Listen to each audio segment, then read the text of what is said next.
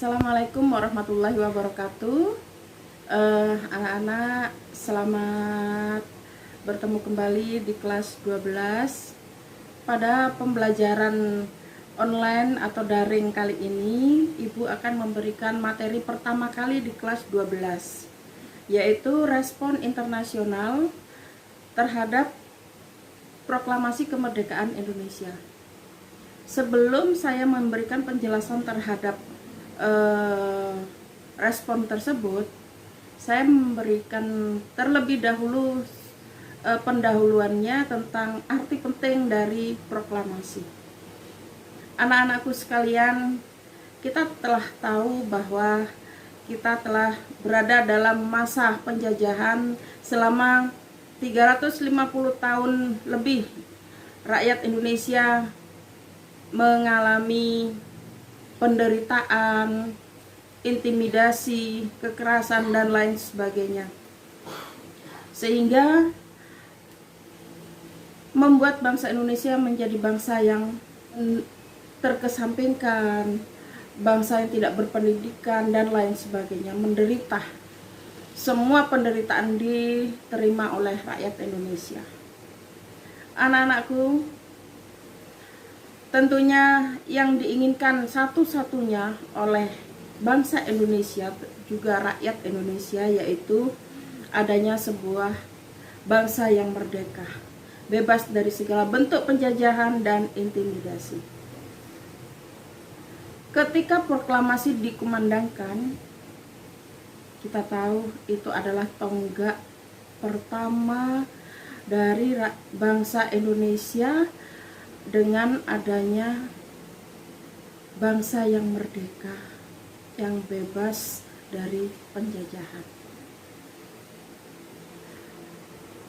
Bangsa Indonesia memproklamirkan diri sebagai bangsa yang merdeka pada saat dunia internasional berada pada masa Perang Dunia Kedua. Nah, tentunya ini bukan hal yang mudah bagi bangsa Indonesia untuk mendapatkan sebuah pengakuan internasional. Kenapa pengakuan internasional itu sangat penting? Penting lah, karena itu merupakan salah satu syarat dari berdirinya sebuah negara. Ingat, berdirinya sebuah negara ada yang pertama adanya wilayah, ada rakyat, ada kemerdekaan, ada pemerintahan yang berdaulat, dan ada pengakuan kedaulatan dari negara lain pada bangsa Indonesia. Nah, tentang respon dari internasional ini kenapa sangat dibutuhkan, yaitu untuk mendapatkan kedaulatan bagi bangsa Indonesia yang diberikan oleh bangsa lain kepada bangsa Indonesia. Anak-anakku sekalian, ada beberapa negara yang memberikan respon internasional. Responnya yaitu pertama, bagaimana respon internasionalnya itu? Ada dua, yaitu yang pertama ada yang mendukung, ada yang menolak. Siapa saja negara-negara yang mendukung terhadap proklamasi kemerdekaan Indonesia? Yaitu ada Mesir, ada India, ada Australia, ada Palestina, dan ada Vatikan. Nanti di belakang kita akan membahas satu persatu tentang negara-negara tersebut, mengapa memberikan respon kepada proklamasi kemerdekaan Indonesia. Ada yang menolak, Bu? Ada. Yaitu negara yang pertama kali yang menolak yaitu adalah Belanda. Ingat anak-anak, Belanda itu tidak pernah mengakui kemerdekaan bangsa Indonesia dan baru mengakui kemerdekaan Indonesia pada tahun 2005 kemarin. Kenapa? Kita bahas nanti di belakang ya. Oke. Alasan negara-negara yang mendukung yaitu yang pertama yaitu adalah Mesir. Mesir ini mempunyai latar belakang mengapa dia mendukung bangsa Indonesia dalam berikan responnya terhadap kemerdekaan Indonesia. Yang pertama yaitu persamaan agama. Mesir menganggap Indonesia adalah saudaranya karena penduduknya sama-sama sebagian besar beragama Islam. Yang kedua, senasib sepenanggungan, sama-sama menjadi bangsa yang terjajah. Dan yang kedua, banyak mahasiswa Indonesia yang belajar di Mesir, dan itu merupakan faktor utama juga mengapa Mesir itu memberikan dukungan. Jadi rakyat para pemuda Indonesia yang belajar di Mesir itu memberikan semangat kepada bangsa Indonesia dan dikumandangkan dari Mesir, dan itu menjadi perhatian dari dunia internasional. Bagaimana bentuk dukungan dari Mesir? Yaitu yang pertama yaitu mengakui secara de facto kemerdekaan Indonesia. Dan yang kemudian yang kedua, pada tahun 47 Perjanjian Persahabatan Indonesia, yaitu yang diwakili oleh diplomat besar Indonesia yang waktu itu bernama Bapak Agus Salim, dan yang dari Mesir itu bernama Fahmi Nokrizi Pasha. Pengakuan secara de jure mendirikan KBRI di Mesir. Terus kemudian Mesir mendorong Liga Arab untuk mengakui kemerdekaan Indonesia. Itu bentuk dari apa yang diberikan oleh Mesir. Bentuk pendukungan lainnya yaitu pemboikotan para buruh di pelabuhan Port Said dan juga terusan Suez terhadap kapal-kapal Belanda. Di kapal Belanda itu para buruhnya di pelabuhan sana terhadap kapal-kapal Belanda itu tidak boleh bekerja pada kapal-kapal Belanda, dan itu merupakan perhatian dari pers internasional dan menjadi berita yang besar, sehingga itu dijadikan juga sebagai bentuk dukungan dari bangsa Mesir kepada Indonesia. Sampai di sini paham anak-anak? Oke, kita lanjutkan. Yang berikutnya yaitu bentuk dukungan yang diberikan oleh bangsa India. Nah, India itu kita tahu sendiri kan ya, kita punya latar belakang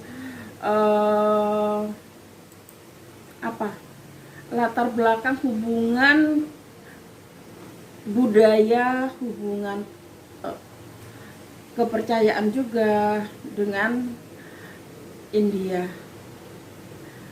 Latar belakang India memberikan dukungannya kepada bangsa Indonesia, yaitu pada tahun 46 Indonesia melakukan diplomasi beras kepada Indonesia. Ini disebut dengan diplomasi beras karena Indonesia mengirim bantuan sebesar 500.000 ton beras ketika India sedang mengalami krisis pangan akibat penjajahan Inggris. Ingat anak-anak, padahal pada waktu itu Indonesia juga baru berdiri negaranya dan juga baru mempunyai pendapatan yang sedikit terhadap bangsa Indonesia sendiri. Tapi kenapa bangsa Indonesia memberikan dukungan dengan memberikan bantuan sebanyak 500.000 ton beras kepada India? Karena itu adalah kode etik dari pertemanan atau hubungan diplomasi antara Indonesia dengan India agar semakin erat. Paham ya?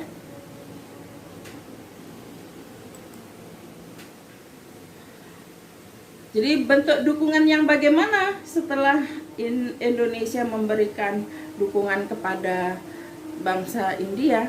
Nah, India pertama kali yaitu mengecam pelaksanaan agresi militer Belanda 1 dan 2. Dan yang kedua, India membawa permasalahan agresi militer Belanda 1-2 ke keamanan Dewan Keamanan PBB. Dan yang berikutnya yaitu pelaksanaan konferensi Inter-Asia atau konferensi New Delhi pada tahun 1949. Nah, itu merupakan bentuk dukungan dari India. Pada saat konferensi itu, dalam pidatonya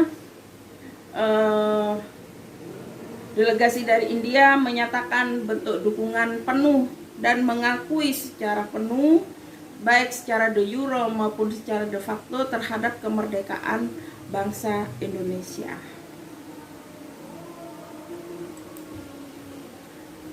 Berikutnya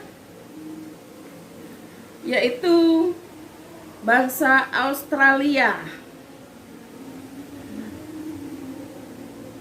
Kenapa bangsa Australia mendukung kemerdekaan Indonesia? Bukankah Australia itu merupakan negara Commonwealth dari Inggris, sedangkan Inggris merupakan negara sekutu? Kenapa Australia ikut mendukung? Anak-anak, latar belakang dari Australia memberikan dukungan yaitu yang pertama karena kedekatan wilayah geografis. Kita tahu Indonesia sangat dekat sekali letaknya dengan Australia. Yang kedua yaitu pemerintah Australia waktu itu dikuasai oleh Partai Buruh. Ingatlah ya, semua negara yang dikuasai oleh Partai Buruh itu cenderung pada sistem sosialis. Sedangkan sistem sosialis itu adalah tidak menyetujui penjajahan atau yang disebut merupakan praktik dari kapitalisme, negara kapitalisme. Saya kira ini pelajaran waktu kelas 11 kemarin ya. Baik, bentuk dukungan yang bagaimana yang diberikan oleh Australia? Yang pertama yaitu pada tanggal 23 September 45 ada peristiwa yang disebut dengan The Black Armada. Apa The Black Armada? Silahkan kalian mencari sendiri. Peristiwa The Black Armada Australia. Nanti akan muncul di situ. Bisa ya cari ya sumbernya ya. Yang kedua yaitu bentuk dukungannya mengecam pelaksanaan agresi militer Belanda 1 dan 2. Yang ketiga, pihak Australia lantas memfasilitasi pemulangan sekitar 1.400 tawanan perang Belanda asal Indonesia. Jadi tawanan perang Belanda yang asal Indonesia itu kemudian dipulangkan sebanyak 1.400 orang. Paham anak-anak sampai di sini? Bisa diterima ya? Kalian bebas mencari sumbernya. Oh ya anak-anak, ada lagi satu sumber lagi bentuk dukungan yang diberikan oleh Belanda, yaitu Australia menjadi wakil Indonesia dalam Komisi 3 Negara. Delegasinya bernama Richard Kirby. Siapa Richard Kirby? Dia yang mewakili Indonesia dalam Komisi 3 Negara dan menyuarakan tentang kemerdekaan bangsa Indonesia. Dia mempunyai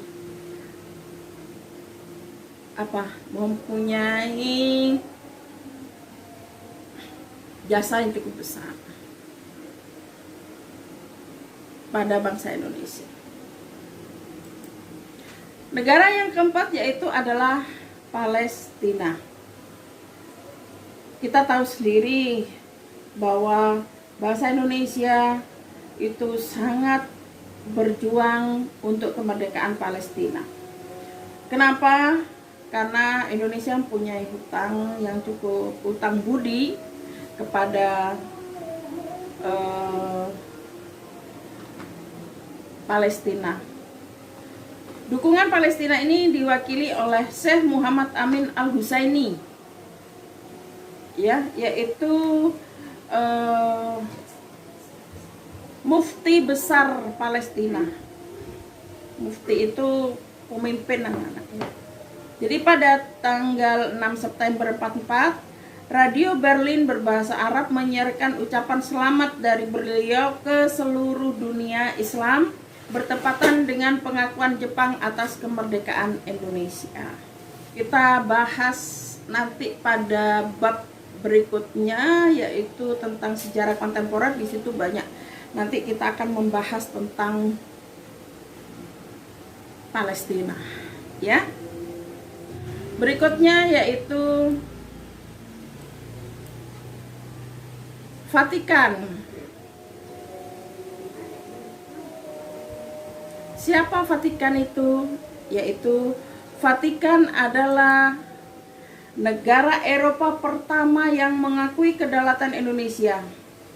Dan Vatikan merupakan negara yang memiliki pengaruh besar terhadap arah politik dunia, khususnya bagi negara-negara sekutu seperti Amerika dan Inggris. Jadi pengaruhnya apa nanti kita jelaskan di bab-bab berikutnya tentang Vatikan, ya anak-anak. Yang jelas di sini saya cuma akan memberikan penjelasan bahwa 5 negara ini adalah negara yang mendukung terhadap kemerdekaan bangsa Indonesia dan memberikan pengakuan dan memberikan kedaulatannya kepada bangsa Indonesia, dan itu merupakan syarat utama bagi berdirinya sebuah negara. Sampai di sini paham anak-anak?